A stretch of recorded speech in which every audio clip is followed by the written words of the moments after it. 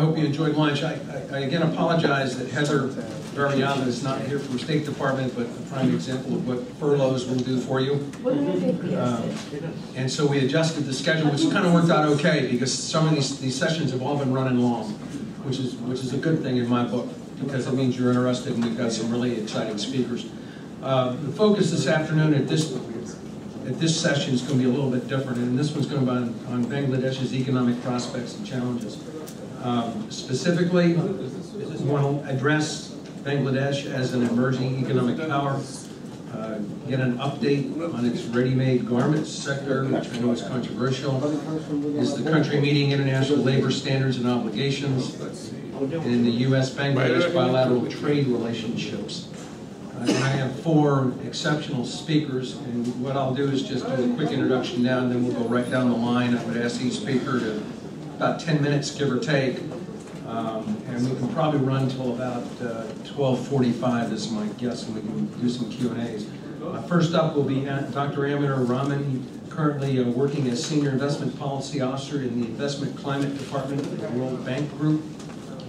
Second up will be Shamarukh Mohiuddin, hope I didn't do that too badly, is the Executive Director of the U.S.-Bangladesh Advisory Council, where she leads the organization's programs, operations, and policy advocacy initiatives. Found his notes, good go. Number 3 will be Dr. Manjurul Karim, Professor of Economics and Social Science at BRAC University in Bangladesh.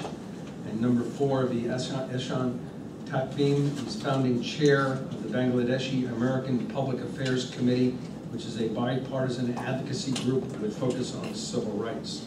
So with that, let me turn it over to Dr. Rahman. Okay, thank you. I can stand. You can do whatever you want. Okay, good. Because it's after lunch and I also need to see the screen a little bit. Okay, so first of all, thank you very much for your time and attention, and thanks to the organizers for inviting me to speak to this panel, which is a great pleasure and honor. So with this, today I'm going to focus a little bit on a particular aspect in terms of the challenges in Bangladesh, which doesn't always come up whenever we talk about Bangladesh in general, and that would be basically on the agenda of entrepreneurship and investment climate, and to see where Bangladesh is vis-a-vis its aspiration to achieve the middle-income country status. So that would be the focus of the talk. So first and foremost, I think all of you can see this, right? Or am I blocking you? Okay. Blocking? Oh, okay. Okay. I understand that this morning, we had a lot of discussions on the political economy aspects, on the issues of terrorism or fundamentalism, etc.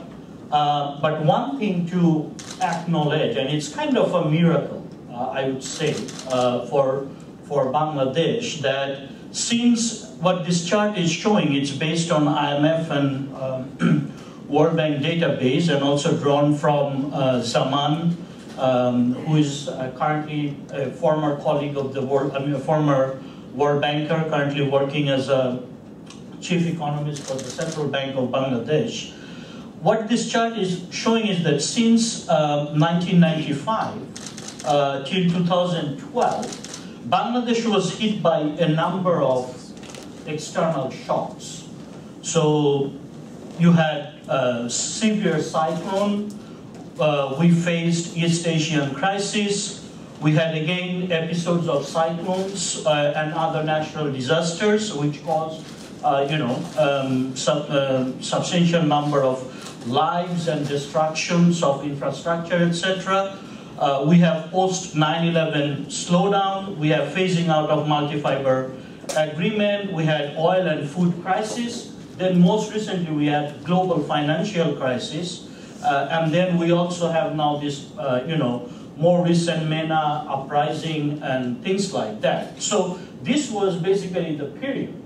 But despite that, you should acknowledge that Bangladesh had a pretty decent growth, economic growth. The GDP growth rate is basically, in the range of 5 to 6% during this period. And this is an important phenomenon. And if you ask the question that why Bangladesh is not a failed state, let's say like Afghanistan or Pakistan or other countries which had started with even stronger economic fundamentals than Bangladesh.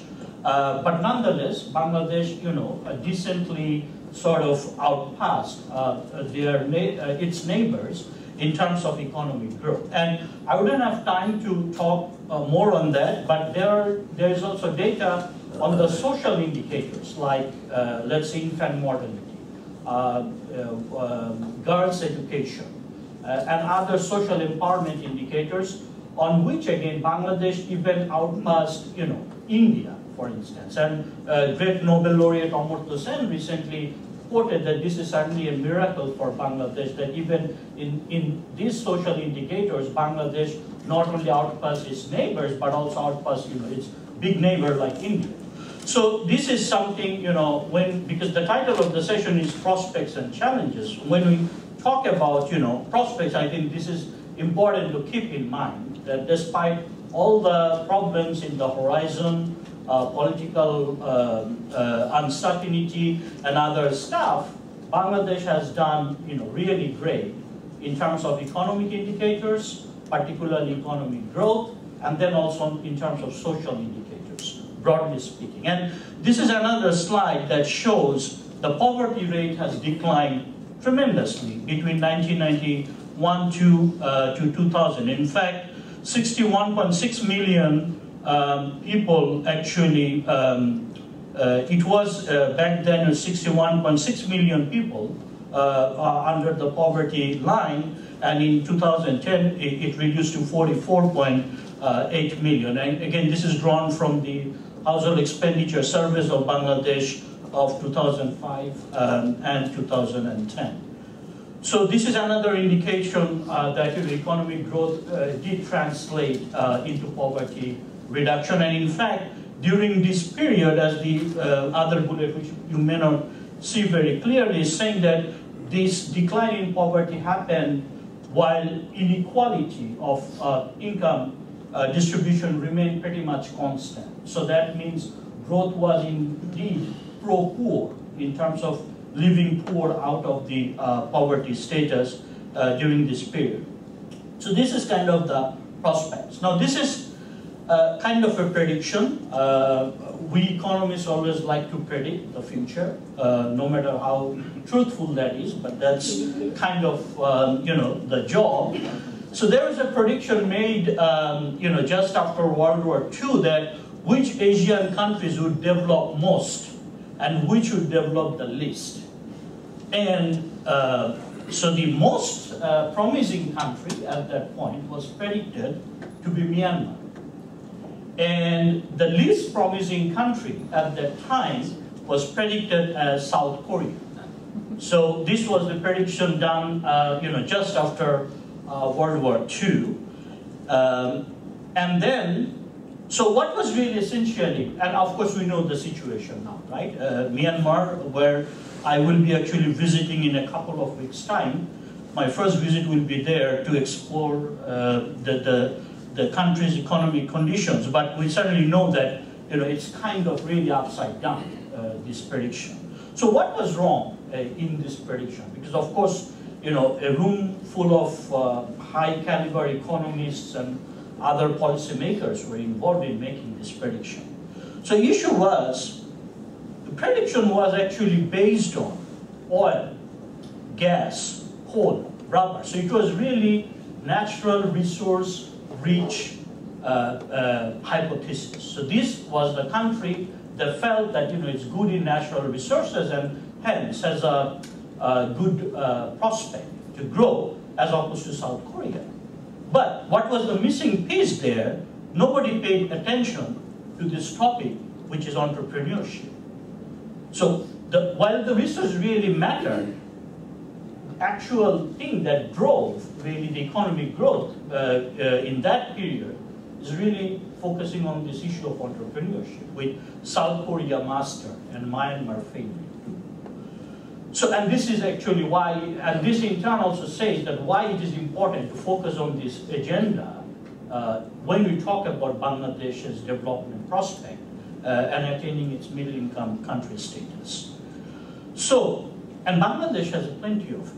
It's not in a denial that there is not enough entrepreneurship in Bangladesh. We feel it everywhere. We see small businesses thriving, and in fact, that the sustained growth rate that you have seen, despite all those crises, were actually driven by these very entrepreneurship skills that were flourishing, sort of, independent of the political situation. So you have good story of microcredit, as we all know, which in turn led to improvement in socio-economic indicators. I know there will be a topic on garment industry, which also facilitated women entrepreneurship.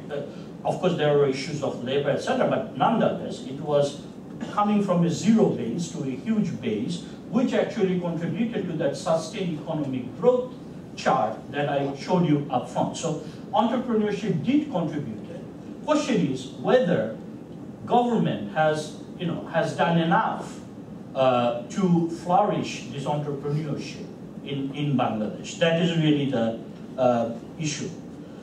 And the other sort of issue is that, yes, so there's plenty of entrepreneurship, but we saw the success is really concentrated in Dhaka and Chittagong, those of who know Bangladesh. So, and this is the map, which is the manufacturing GDP. You see that this is the darkest area here and here, where there's sort of concentration of manufacturing GDP. And so it is really concentrated in few districts and not really broad-based, although we saw that entrepreneurship skills and spirit actually was broad-based. So that there is a policy mismatch there, which sort of led to a highly concentrated manufacturing development, which wasn't economy-wide, for instance. And so what were some of the things that actually hinder this entrepreneurship development? So this is based on some of the surveys that we did previously in Bangladesh. So number one is electricity. Okay, so then number two is political instability, corruption, access to land, access to financing, and policy uncertainty. These are the farms' view as some of their key constraints for doing their businesses in Bangladesh. And in fact, of course, electricity was one of the main reasons why industrial development also was concentrated only in few areas and not sort of dispersed across the country. Political instabilities and corruption are also issues. So people, okay, so this finding, and this is, I think, I don't know, maybe I'm presenting it 10 times to different audiences, of course, but when we first presented before the government, obvious reaction was that, well, Bangladesh did very good in terms of growth, etc. Yes, we acknowledge that they did good, but they could have done even better if these issues were addressed. And I think that's the spirit, I think, when policymakers listen to this finding, they need to take that. I had a research back in 2000 showing that the level of corruption in Bangladesh annually costs 1.2% of its GDP. It was back in 2000 when I did that research. So, of course, so if you add 1.2% on the top of 6% growth rate, it is already ranging to 7 to 8% growth rate, which is much needed for a 160 million people country like Bangladesh to pick up the people out of poverty. So anyway, so these are the constraints faced by the firms as reported, and these are the constraints, of course, affect the development of entrepreneurship in the country. And then we also look at what are the, I wouldn't have time to present all this in detail, but what is interesting also you see the constraint faced by the businesses in Dhaka and Chittagong are quite different from the constraint faced by the small and micro enterprises in other areas. And there are constraints not much on electricity. You see that like 17% reported that's a constraint, but it's constraint of low demand for their product and services. The constraint they face is instability, including macroeconomic instability and road inaccessibility and things like that. So, and it may very well depend on the nature of the businesses they are engaged with, right? So, if you are a 200 people factory producing textile, your constraint would be quite different than if you are a small business or a street vendor, selling goods or engaged in petty trade in the rural area. So that's why it is also important to acknowledge that the constraint will also differ by the type of businesses we are talking about.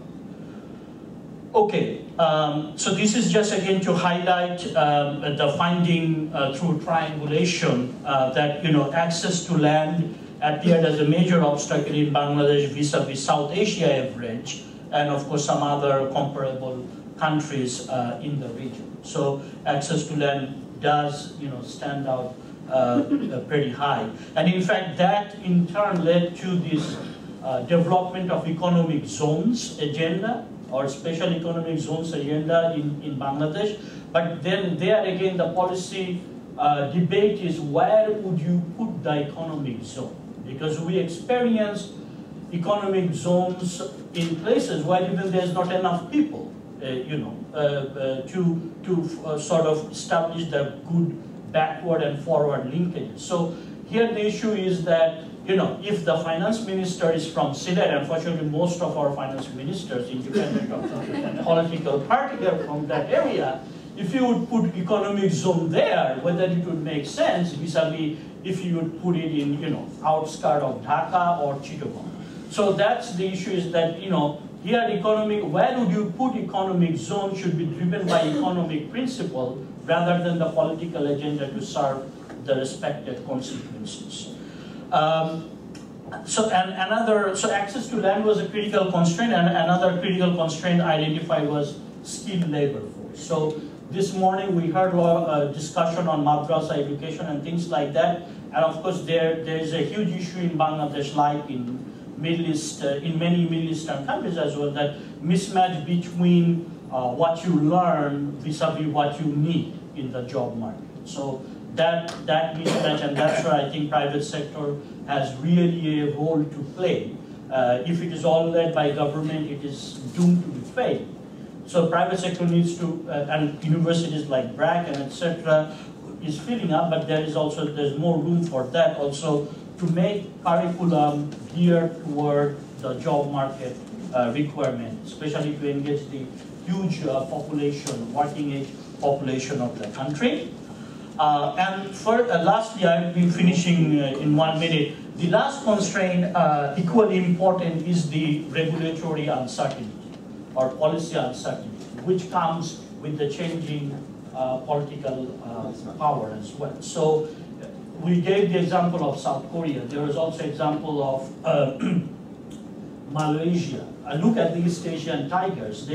One of the fundamental strengths there is that one was deployment or development of human capital, and then to engage them in productive economic activity through sustained policy framework. So policies wouldn't change, every 5-year or 10-year in terms of, your economic, how do you say, the tax rates or duties and things like that. And even if there is change, another issue was that uncertainty is not that, people complain only about high tax, which they do. I mean, nobody wants to pay tax, right? That's the reality. But people complain about high tax. That's one level of complaint. Even if the tax rate is low, they would say the tax is high.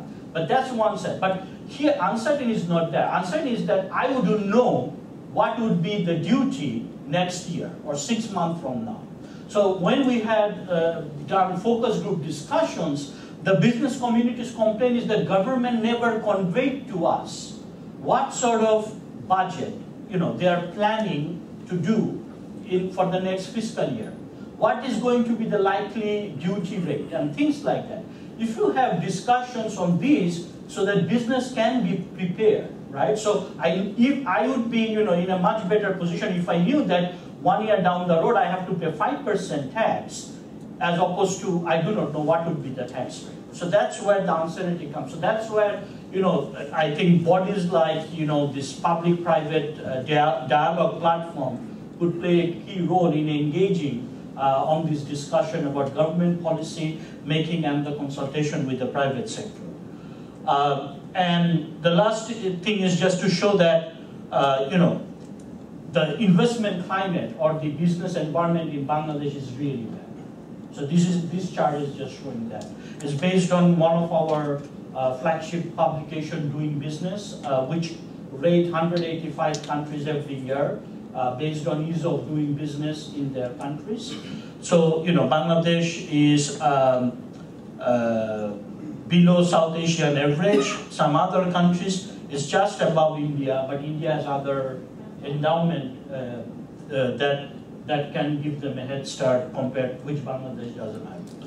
So, and this chart shows within the doing business area, we rank like 10 different components, like starting a business, enforcing contract, trade, tax, protecting investors' rights, property registration, which also involve land title and land transfer. So it shows that, in some areas Bangladesh has done good, but in some areas it is really bad. And that could be focus of the government policy going forward. And regulatory burden does affect innovators and does affect entrepreneurs because of the uncertainty involved there. So last slide, just with the sailing boat, is that we have a big agenda forward if Bangladesh wants to get to this the next level, and that agenda should really focus on entrepreneurship and improvement of investment climate, along with other things that we have discussed so far. So let me stop here. Thanks, Tom. Shamarukh. Hi everyone. Thank you for coming, and thank you to ASP for inviting me and to BIPSS as well. Both organizations are doing great work in the area of terrorism and climate change, so we're really proud of that. And also thank you, Brigadier Cheney, for introducing us. I'd like to just briefly focus on what our organization does. We're the U.S. Bangladesh Advisory Council. We're based here in D.C. We're a non-profit, non-partisan group, non-partisan both in Bangladesh and in the U.S. And we play a major role in facilitating dialogue between the U.S. and Bangladesh and promoting relations between the two countries. And we focus primarily on trade development and a little bit on climate change as well, which is how BIPSS and we cross paths. We've also played a role in influencing the Congressional Bangladesh Caucus. So there are 31 members in the caucus right now. A lot of times there's very little information about Bangladesh in Congress and administration about what's going on, so we help play that role in disseminating information as well. And much of our work has focused on the area of reforming U.S. trade policy. So this is slightly different from what you've heard so far. The first couple of panels focused on terrorism, and then we heard a lot about the business climate. So it ties into both in a way, because in order for trade to really work well in Bangladesh, and so far we've had some successes, but for it to really work well, we'll need improvements both in the business climate, but also we'll need some help from U.S. policy. And also, as you do better in trade, you'll also be denying a space for terrorism as you create more economic development. So all of these issues are actually linked together, even though they might seem not. So I'll focus a little bit more on the historical context of trade, the U.S. trade policy with Bangladesh, not too much, but it'll give you a sense of what policy looks like now. The U.S. is the 57th largest trading partner for Bangladesh. U.S. exports are about 1.1 billion to Bangladesh, and the U.S. imports about 5.1 billion annually. So the trade deficit is pretty significant, but the U.S. exports to Bangladesh are growing at a remarkable rate. Over the last 2 years, they grew at about 90%. And the rate of growth of Bangladeshi exports to the U.S. are much lower, it's 13.6%. but the US is a very important market for Bangladesh. Some of the top US exports to Bangladesh include cotton, yarn, fabric, aircraft, machinery, iron and steel products. Meanwhile, 90% of Bangladesh's exports to the US are concentrated in the area of garments. Some of you may already know this. And I said 90, so we're definitely relying on garments a whole lot when it comes to our exports. Total exports of garments last year were about $21.5 billion, and to the US about $4.9 billion. So just to give you a brief history of how this garment trade started to flourish in Bangladesh, around the 1960s, this is before Bangladesh was formed, some of the bigger developing countries were the major players in the garment trade business: China, India, Hong Kong, Korea. By about the mid-90s, the developing countries accounted for 60% of total garment exports. So just a few countries that are big sort of players in the area. So in order to curb their growth, some of the advanced countries like the US and the EU, they decided to institute a system of quotas. So they started this 30-year-long quota program called the Multi-Fiber Agreement, and we've heard a reference to that earlier. And the objective of that was to constrain some of the bigger players to protect the advanced country markets, but also disperse the gains from trade. So with that opportunity, a lot of the smaller countries like Bangladesh, Cambodia, they got into the business, and they started taking advantage of the quota, and that really helped as well in sort of really helping the garment industry flourish, as well as entrepreneurship and a lot of investment from Korea. We saw a slide earlier with the chairman of Daewoo, and Daewoo was an early investor in Bangladesh. And the industry has really done well sort of in a very short period of time, and a lot of the industry owners are actually Bangladeshis, which you wouldn't see in some of the other countries, like for instance in a lot of African countries. There are a lot of Chinese investors, and they actually own the pork factories as well, whereas in Bangladesh it's very much indigenous owned. So in 1971, Bangladesh was formed and was still heavily impoverished, and after the quota system, after the investment was received, and the government also started shifting to more export-oriented policies, the exports really started to grow. So in the 1990s, the total exports of garments were about 4% of total exports, and by the time the quota regime ended in 2004, there were about 76% of the total. So you can see the rapid jump in a very short period of time. This growth was sort of a byproduct of the quota system in a way, sort of exports to the US. But as far as sort of US policy goes, it hasn't been particularly friendly towards Bangladesh when it comes to trade policy. In the meantime, the industry employs about 3.6 million women. So it's majority actually women in the workforce.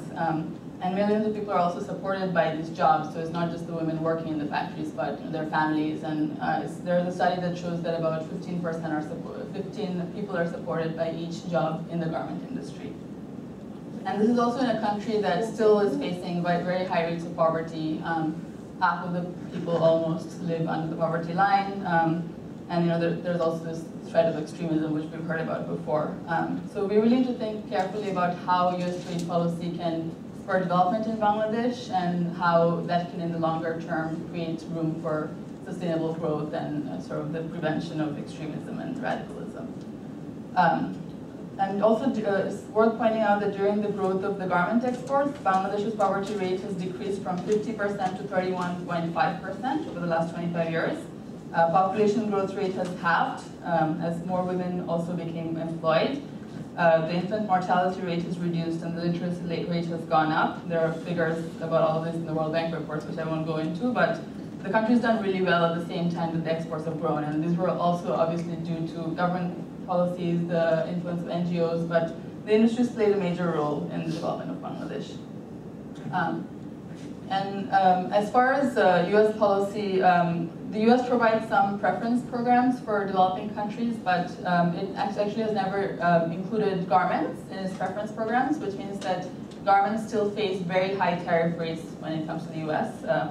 From most countries, actually from most countries that are exporting now, but when you look at the number of countries, more countries actually get preferences from the US. So all of the least developed countries, majority of them are based in Africa, they're actually getting duty-free access to the US market for garments. So some of the outliers are mainly the Asian countries, Bangladesh, Cambodia, Pakistan. These are some of the LDCs, least developed countries that don't get any preference. And number of the developing countries don't also get in preference, like India and Sri Lanka, for instance. So this has been a very contentious issue. Every time this issue has come up, there has been a very strong domestic lobby here to fight against any kind of market access for Bangladesh, given that Bangladesh has been fairly competitive. But a lot of people have also cited labor standards in Bangladesh, and granted there is sort of room for improvement in their labor standards. On just a matter of principle, Bangladesh should receive this preference because it is an LDC. And it was also promised in the Millennium Development Goals that all of the LDC countries should actually receive 100% duty-free, quota-free access. So this is how we feel that U.S. policy could really change a lot more to spur development in the poorest countries and tie all the strands together when it comes to these other political issues. And just to give you a sense of the types of tariffs, it's a little confusing for some people who are not, I guess, the typical trade policy ones in Washington. But so for instance, the shirt from Bangladesh coming in would receive about 15 to 30% tariffs, which is very high compared to what most other products face, about 3 or 4% on average. And the EU countries actually face about 0.4% on their products. So it's kind of a big travesty that the poorest countries are facing tariffs that are so high, whereas some of the richer countries are really not facing tariffs very much at all. This means really that when U.S. importers are importing, and I'm sorry if I'm being too basic for those of you who already know this, but this is basically when U.S. importers are importing from Bangladesh, they have to pay a premium to the U.S. government. So there's a disadvantage in sourcing from Bangladesh in a way. Although our country's done really well in really, in the garment area, there is a policy disincentive for companies that are sourcing from there. So they have to pay a premium to the U.S. government, which some scholars have argued that that premium could actually go in terms of increasing the share of Bangladeshi profits and also have an effect on improving labor standards. So, and the total amount of tariffs every year, about 732 million. So just to put that in context, that's 6 times the amount of bilateral aid that Bangladesh receives from the U.S. So on the one hand, Bangladesh is maybe receiving between $1 to $2 million, and on the other hand, it's facing about $732 million in tariffs. So it takes a big chunk out of the money that could potentially go into hiring more people. You see more investment, and more employment of women, more upgradation of factories, and so on. So it's kind of counterproductive in a way to sort of U.S. development policy and U.S. security policy as well. The other thing is that, as I said before, the trade preferences programs, they cover a lot of other countries already. So the African countries are getting special preferences. The Caribbean countries under a different program called the Caribbean Trade Preference Program is getting, Caribbean Basin Initiative is getting another set of preferences. So they're exporting duty-free, although not all these countries are in the LDC category, and as well as the Andean countries. So there are a lot of countries that are actually receiving duty-free treatment for their products. Bangladesh has done really well in spite of that, but I think that extra reduction of tariffs would really make a difference in reducing poverty. And it would also even the playing field, and it would also deliver on some of the promises that were already made to the poorest countries.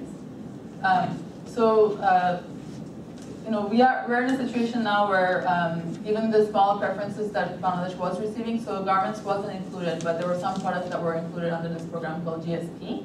And that program was revoked in response to the factory tragedy that happened, unfortunately, earlier this year. In April, some of you have followed this. So following the collapse of this garment factory, the US decided to revoke the GSP program, which actually included a very small amount of exports from Bangladesh, 35 million or so. But it was a way for Bangladesh to also diversify away from apparel because it was an incentive for it to export other products. So a lot of us actually failed to see the direct link why this would actually incentivize change in the garment industry because garments weren't covered to begin with. It was done as a more of a symbolic gesture to punish Bangladesh, but we feel that it should be reinstated soon, conditioned on improvements because it would really provide an incentive for Bangladesh to focus on these other products which sometimes are really sort of good products when it comes to employment generation potential. So they include, for instance, ceramics and plastic equipment, sports equipment, and so on. So these are other sort of manufacturing products that Bangladesh could take advantage of duty-free under GSP. So So ideally, we'd like to see the reinstatement of GSP and an expansion of GSP to include garments. It's worth noting that a lot of the other countries that are developed countries provide 100% duty-free access to all of the LDCs. So these are the EU, Japan, Brazil, Canada, Australia. All of the Scandinavian countries, they provide 100% duty-free to the poorest countries in the world. So the US is in fact the only outlier. So we would like to see a more thoughtful approach to trade, as well as more expansion of capacity building. We did a study a few years ago that showed that US free trade partners, so for instance, Jordan is a free trade partner of the US, NAFTA, CAFTA, these are all free trade agreements. So all the countries that are part of these agreements are actually receiving very robust trade capacity building funding, and Bangladesh is actually receiving very little. So this capacity building funding will be also very key to helping promote labor standards, trade facilitation, and really helping use Bangladesh use trade as a path to economic development. So that's kind of in a nutshell, I guess, what's going on with trade. And another issue that just quickly I'd like to highlight is that there have been improvements made in the area of labor. So there needs to be still a lot of improvements to prevent fires and collapses, which take a lot of lives. There's really no excuse for also poor industrial relations that promote these. But if you look at what Bangladesh has done, it's signed some of the ILO conventions, but it's also taken steps through its Labor Act of 2006 to ratify and implement some of these conventions. It strengthens some of the institutions and agencies that deal with occupational safety. And these are some of the things I'm actually reading directly from the USAID report. So it's been documented by US agencies too that there have been improvements in the area of labor. USAID has also noted that child labor has been reduced dramatically in the garment industry through tripartite initiatives between the government, the BGen, which is the Garment Industry Association, and the ILO. Industry alliances have improved the factories and formed worker welfare councils in some of the export processing zones. Wages are still very low, but these are still some of the higher wages when you see the alternatives for a lot of people in Bangladesh. So the government in 2010 doubled the minimum wage after there was actually a push by workers as well as foreign companies to double the wage because they were getting a backlash from activists. But it's still quite low, but at the same time, considering the alternatives, it's actually a viable alternative for a lot of people to work in this industry in spite of the low wages. So there needs to be a lot of work done. Also, I think that now that a lot of companies are focused on it too, the US companies and EU companies are coming up, they've come up with their plans to do more work in Bangladesh. This is a good time to do some stock taking of the improvements over the next 5 to 10 years or so. And also make an effort to tie trade and labor issues, because you need an incentive structure for Bangladesh too. So in Cambodia, this has really worked well. The US actually had a program with the ILO to do continuous stock taking of what Cambodia was doing in terms of labor standards and give them incremental market access under this quota system. So every time Cambodia would show progress, they would get some incremental quota access under this new system. So something similar where a gradual reduction of tariffs could be considered as Bangladesh improves, and now it's getting some funding and some help in this area, that would be important. And as for US policy in general, I think that, this is my former colleague at Brazil, he's done a lot of work in this area, he's pointed out it would be a good idea in general to modernize the US tariff system. So since 1913, there have been no tariff elimination bills that have passed Congress. That's really stunning for a country like the US. And also during the trade liberalizations through the various trade rounds over the last few years, the last time that the tariffs were reduced were under the Information Technology Agreement of the WTO during the Uruguay round. And since then, no real revision of the American tariff system. And you could also can't find figures easily of how much tariffs are faced by the poorest countries. So the only person who's really done work in this area is this trade expert at Bresser, who I used to work for, learned a great deal on trade about. So he has done a stock taking of what poor countries are actually facing, and it turns out that Bangladesh, Cambodia, and some of the other poor countries are facing far higher tariffs than the advanced countries like Britain, France, and so on. And the figures are pretty stunning. So it would be worth it to also take another look at how US trade policy can help Bangladesh, not just because it's the development issue, but also because there's this other issue of terrorism and extremism, and you do want to have more people employed and women empowered and so on and so forth. And lastly, as my previous colleague speaker mentioned, there needs to be a lot of improvements in Bangladesh as well in the business climate side of things. And the World Bank's Doing Business report is worth a look. There's a lot of issues with infrastructure quality. It's actually been going down, so we need to make sure that that's addressed. The World Economic Forum has a global competitiveness report, which also shows that there are issues with trade logistics and just general sort of governance issues when it comes to business. There's also a shortage of skills. And with 30% of the population that's younger than 15 years old, you would think that Bangladesh would be poised to reap a very strong demographic dividend. But this issue of matching skills and just having enough jobs available for young people has been a real issue. And we also heard about land shortage. So TICFA actually generates over a third of the country's GDP, which is quite mind-boggling. So there needs to be sort of more dispersed and shared growth in Bangladesh. So I'll stop there, and if there are other questions later, we'll talk about those. Thank you. Thank you, Shamarukh.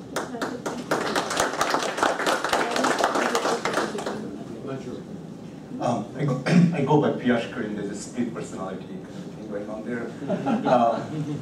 Well, let me mention at the outset that I'm terribly sleep-deprived and jet-lagged. So if lucidity and eloquence are the things that you're looking for, I'm afraid that I'll have to disappoint you. I'll begin with three very basic, very conventional assumptions. And then I'll try to build my brief discussion on the basis of those assumptions. First of all, economic development is never a pure national problem. If you look at the multiple complexities of economic development, they always spill beyond the national boundary. National economic development issues ultimately becomes regional economic development issues and global economic development issues. So whatever is going on in Bangladesh right now, whatever is going on in South Asia in general right now, are closely interconnected. Economic issues in Bangladesh will have important ramifications for South Asia, Southeast Asia, Middle East, and for the whole world. So that global context is important. Number two, economic development is invariably a security issue. Lack of an adequate economic development strategy may lead to violence, terrorism, all kinds of political instabilities, and it becomes a security problem regionally and globally. And the third assumption that I'd like to make, which is a logical corollary of the second assumption, is that economics is never about economics only. I mean, we have to understand economics within a larger matrix of socio-political, cultural, demographic equations. So I would like to build my very brief analysis on the basis of those three major premises, those three major assumptions. I would like to argue that while technical economic variables are important, I mean, we have to look at foreign investment, we have to look at technology transfer, we have to look at foreign trade, we have to look at the whole 9 years of economic technologies. But at the end of the day, economic development of a country like Bangladesh depends on a number of socio-political equations. Equations that I call economic equilibriums. And there are four major points of equilibriums that I would like to mention that are important to ensure a solid, adequate economic development for Bangladesh. Number one is an equilibrium between the state and the market. I mean, that's a very important point of balance. Number two, an equilibrium between local capital and international capital. And that's a very important point of balance that we need to achieve. Number three, an equilibrium between the state and the non-state sectors. And by non-state sectors, I mean non-governmental organizations, civil society organizations like Grameen Bank, BRAC, and so on and so forth. And number four, an equilibrium between capital and labor.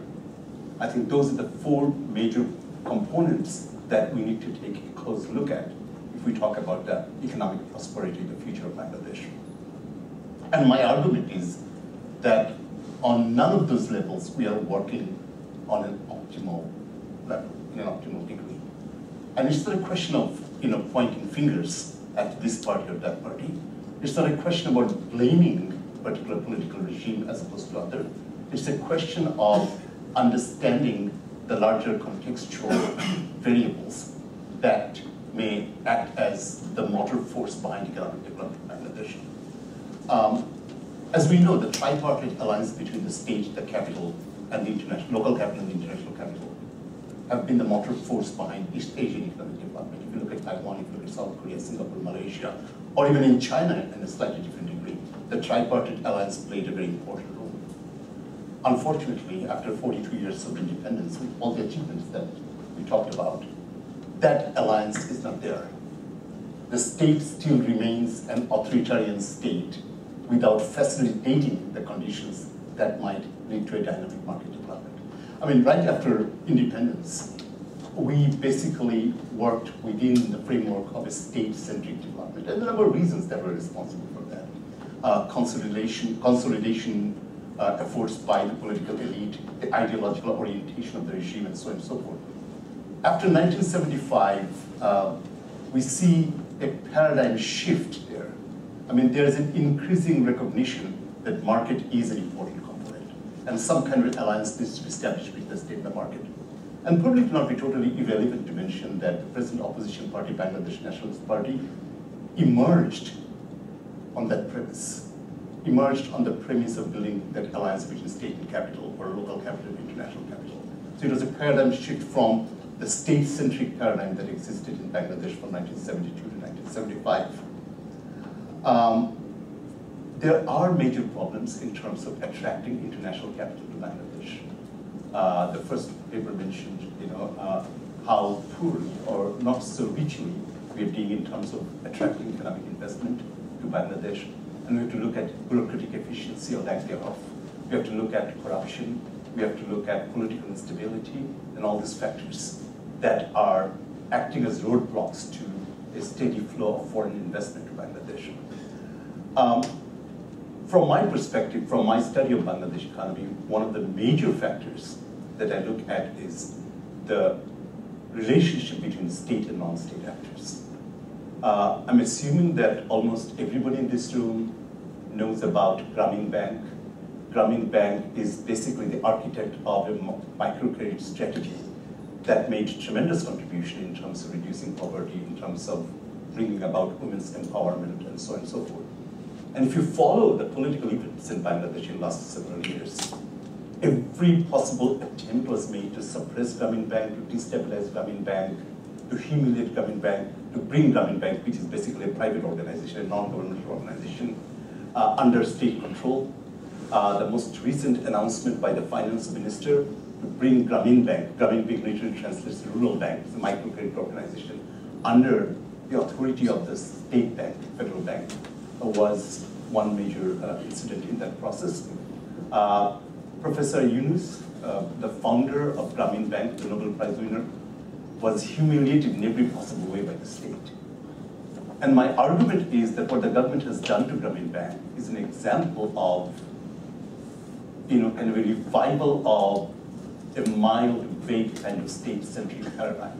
The state-centric paradigm that we left behind in the 1972 to 1975 period is, being brought back to the equation by establishing more state authority on important non-state organizations. I work in a university which is affiliated with the largest non-governmental organization in the world, BRAC. And I can't even tell you the story, what kind of problems we face from the government, in terms of maintaining a smooth day-to-day operation of the organization. Capital labor is another problem. I mean, anybody who knows about Bangladesh knows about the garments industry and the economic contribution that the garments industry makes to the economy, women's empowerment, and so on and so forth.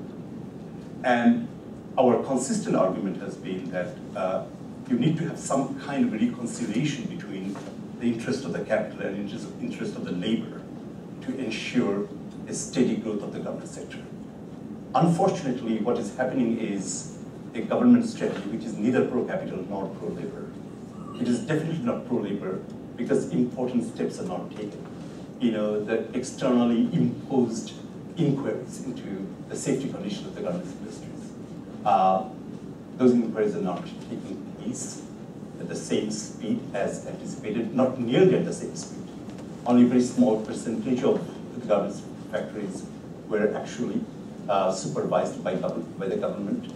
No adequate attempt to bring up the wage level of the government's workers. There are all kinds of complexities that are going on there. There's no serious government approach to ensure labor union in the government's industry. On the other hand, the government is not doing much to help the capital invested in the government sector either. In recent days, there was a major labor unrest in the government's industry instigated by a government minister, which led to the breaking down and vandalism of 400+ factories. So it's a very ironic situation. While the goal is supposed to be a reconciliation of the interests of labor and capital, the regime is following a neither capital nor labor kind of a policy.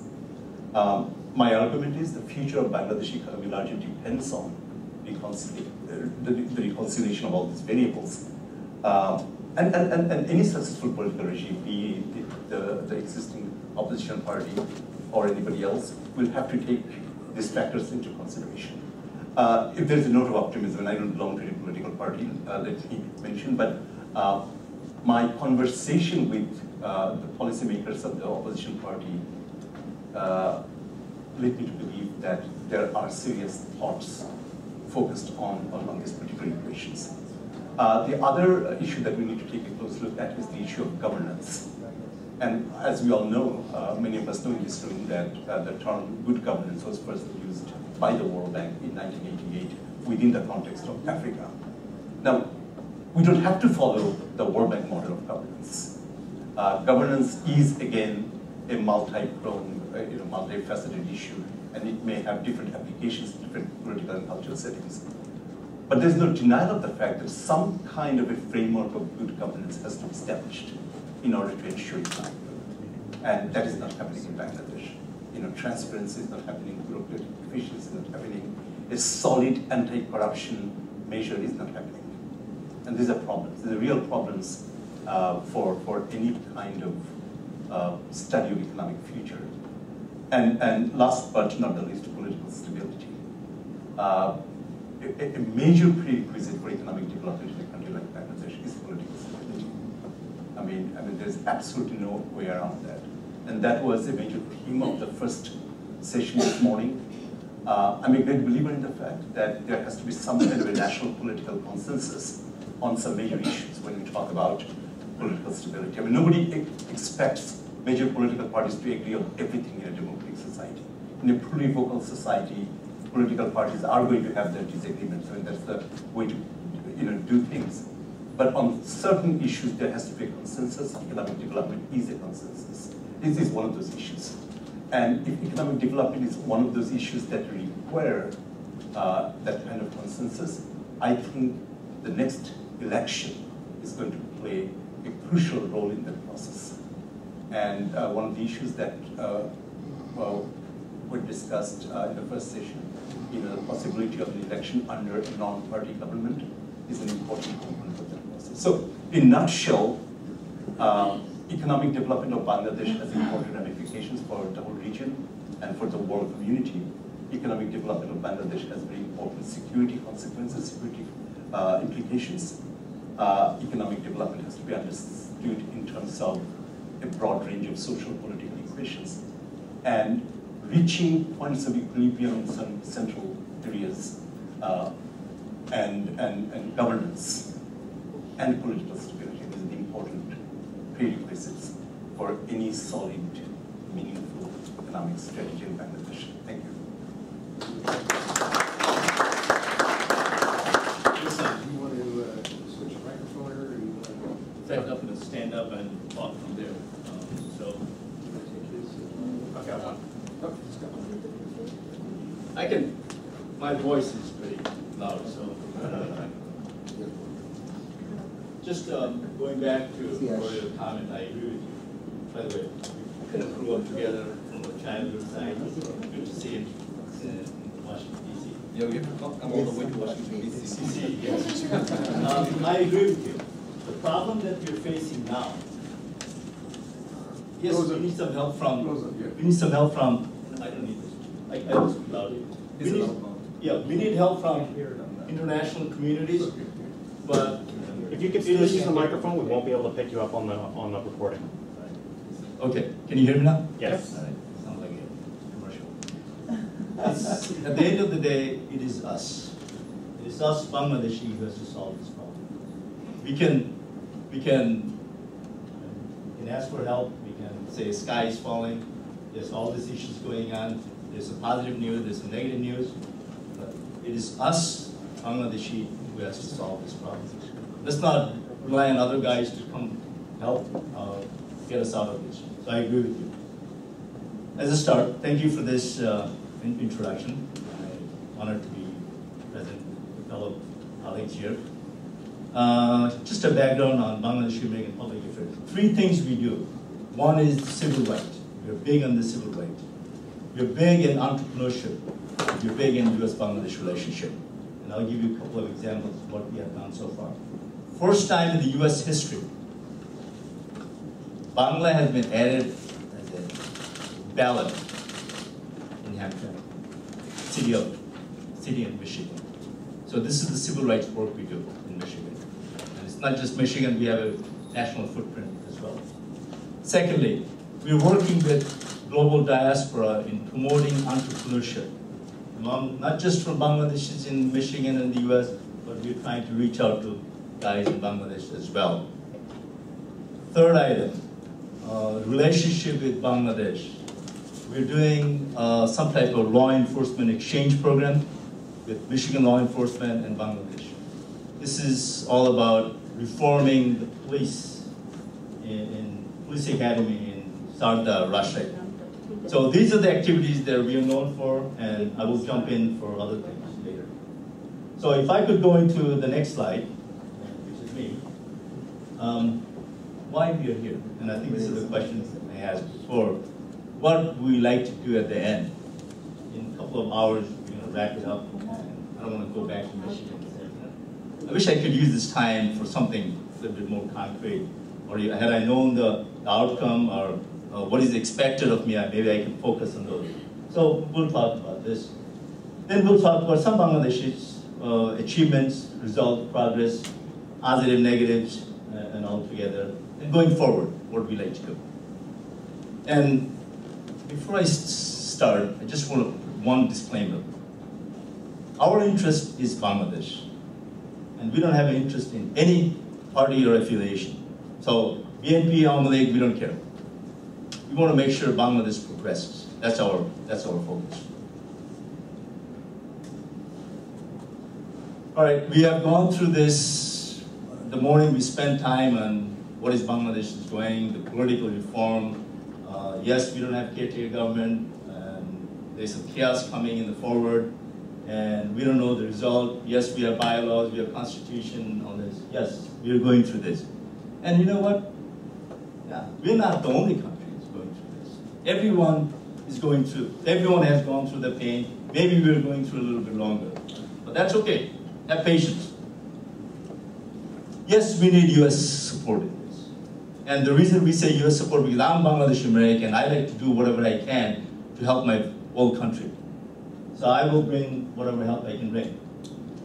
And we can help in this. There's a lot of expertise, a lot of educated people in this country that can help transfer the knowledge. Okay, so those are the focus. All right, just to give you some snapshots. One of the fastest growing communities in the U.S. In Michigan, Bangladesh was the highest number in terms of from the U.S. Census 2010 census. And I'm sure this reflects all of the areas. Because of the DV visa that came in late 90s, they have gone through the citizenship process, now they can vote, and now we're seeing the result. Let's take advantage of this. Let's leverage this plot that you have, okay? These are just the sample statistics, and you can see Bangladeshi Americans are everywhere. You start from educator, engineer, technical, physician, business people, a lot of students coming in, they're educated, either they stay here or they go back. Myself, I came here as a student, I stayed here, I made this home. So you will see a lot of these things here. So these are good statistics we can show. Again, this is another positive story. And I think what Dr. Aminur Rahman said earlier, our GDP could have grown more, either 1 or 1.25% more, had we resolved the corruption. Yes, corruption is a problem. But look at the numbers here. You're looking at $311 billion economy. It's a big economy. Okay, US is 15 trillion, but look at Vietnam. Yeah, all right, we're now even 2%, all right? Okay, we're not there yet.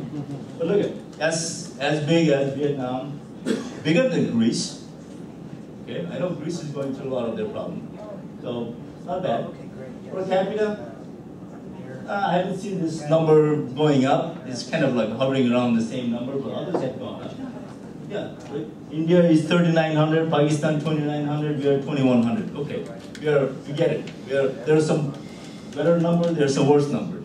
So, look at the growth rate. How many countries are in the 6% club?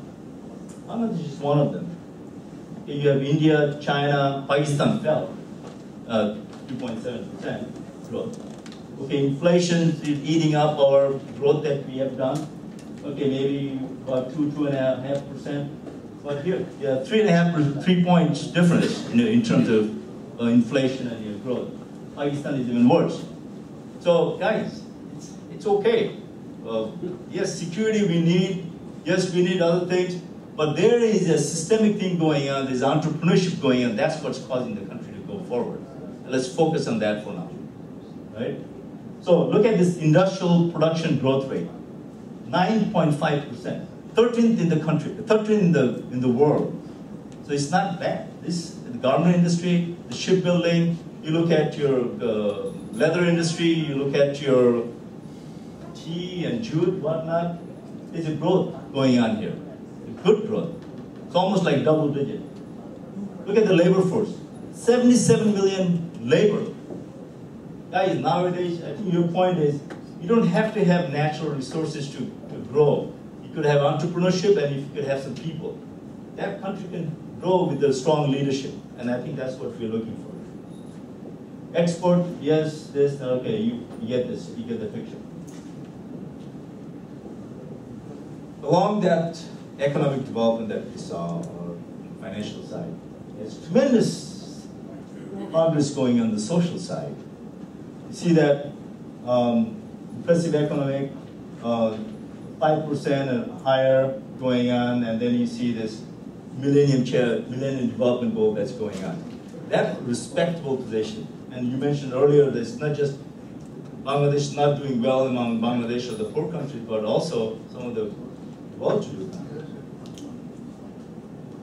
If you look at, continuing on this, education enrollment, you see sanitation, you see life expectancy, you see infrastructure growth. Yes, I mean, yes, there are some negative things, there are some positive things. And I'll get to it, why I'm showing you all this.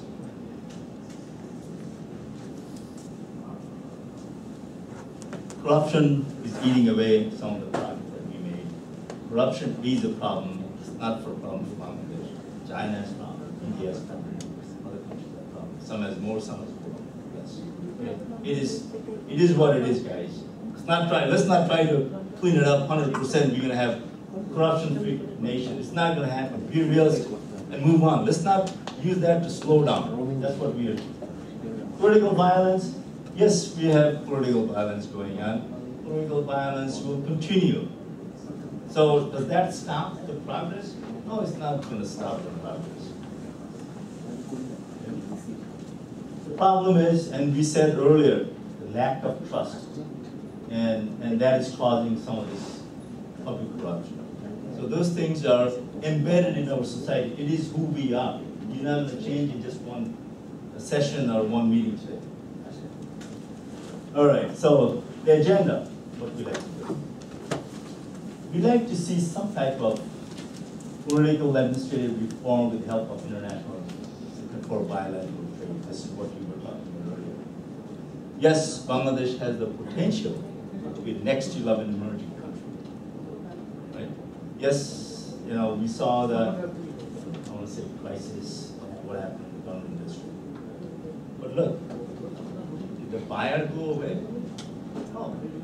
I hear from our friends, and you can testimony to that. This business is coming back to Bangladesh even more because there is attraction. There is a labor cost advantage that people will come back. It's a matter of fixing it. It's a matter of bringing some safety. It's a matter of bringing a healthy environment where labor and industry could work together. That's what we need to fix, right? So we need to have some advocacy groups that are in Bangladesh. The strong advocacy group present in Bangladesh. Use them, synergize for the goal that we're looking for. By the way, the reason I stuck that in there is in Michigan we have this success story called UAW, United Auto Workers. As you know, every year or every few years there's a contract negotiation between the auto industry and the labor union. And guess what? You don't see burning factories, you don't see collapse of buildings, you don't see people fighting in the streets. There is a successful model out there. And we're working with UAW International to help create some type of union or train the union guys, educate the union people for safety. We want to educate the factory owners so that they can create a healthy environment that both can benefit from this. So there is some success stories that you can emulate. We're talking about transferring knowledge from US, from Bangladesh. All right, and then we're talking about some type of ideals and standards for governance that goes, everybody is the same.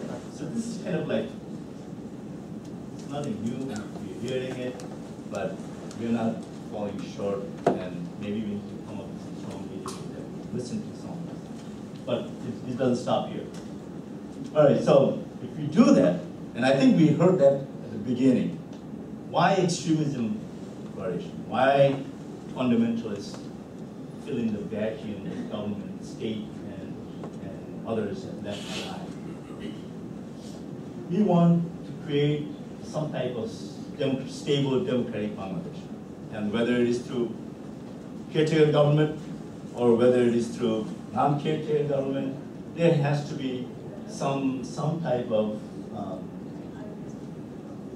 stability in the country place that we need. Otherwise, yes, it will be a place for extremism. This will be a safe haven for the bad guys. Right? Second point, together we can sustain economic growth. Effective, accountable institution will create this, and we want to see prosperous Bangladesh. Yes, Bangladesh could be the emerging 11th country. U.S. has some obligation because U.S. is the big brother to the world. And us who are the Bangladeshi American, we can, because we have interest, we have our loved one in Bangladesh, we have interest in solving the problem. We want to make sure the country is safe and secure and prosperous. So we can work with all this. Right? And in summary, this is, I like to kind of go away with this, there's a lot of smart people here in this country. When the Americans, the Bangladeshi Americans, the Bangladeshis, you all can, if you have interest, and I think you all have pointed out that there is a strategic value where Bangladesh is, either Bay of Bengal or proximity to China or India and whatnot. And if it is, it's a home of 170 million moderate Muslims. Those who are in the fence right now, they're probably watching it. Now, if going the wrong way or the right way, we want to make sure those guys goes into the right way. We don't want, that's the last thing we want is 170 people become bad guys. We want to make sure they are producing, they're hardworking people, play by the rules, and they can achieve what they want in their life. And this is kind of like, again, to bring the global diaspora. We should take advantage of global diaspora that is in place. It's US, I know we have State Department guys here and USAID. I work with them. This is my third year. I attended a global diaspora. There's a model that we can emulate. We can help do that in Bangladesh. So with that, I think I'd like to close my presentation.